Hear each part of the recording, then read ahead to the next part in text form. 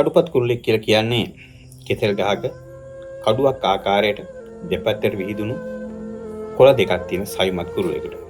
කඩුපත් කුරුල්ල හොයාගෙන ගමනේදී අපි එවන් සවිමත් හැදුණු පක්ෂය වෙනුවෙන් අනේක විද කැපවීම කරපු සවිමත් මිනිසෙක් සොයාගෙන අපි රාජාංගනී යාය 4ට ආවා.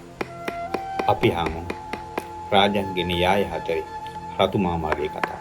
ඒගොල්ලෝ කියන දේ සත්‍යයක් කියලා අපිට ඒ වෙලාවේ හිතුණා.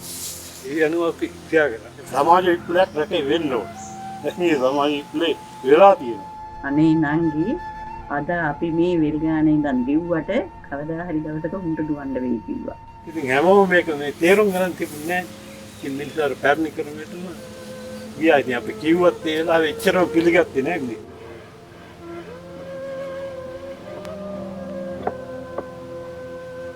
ඒගොල්ලන්ට කියන්න තියෙන දැන් ඒගොල්ලෝ අපි දැන් බලාපොරොත්තු වෙන දෙයක් තියෙනවා.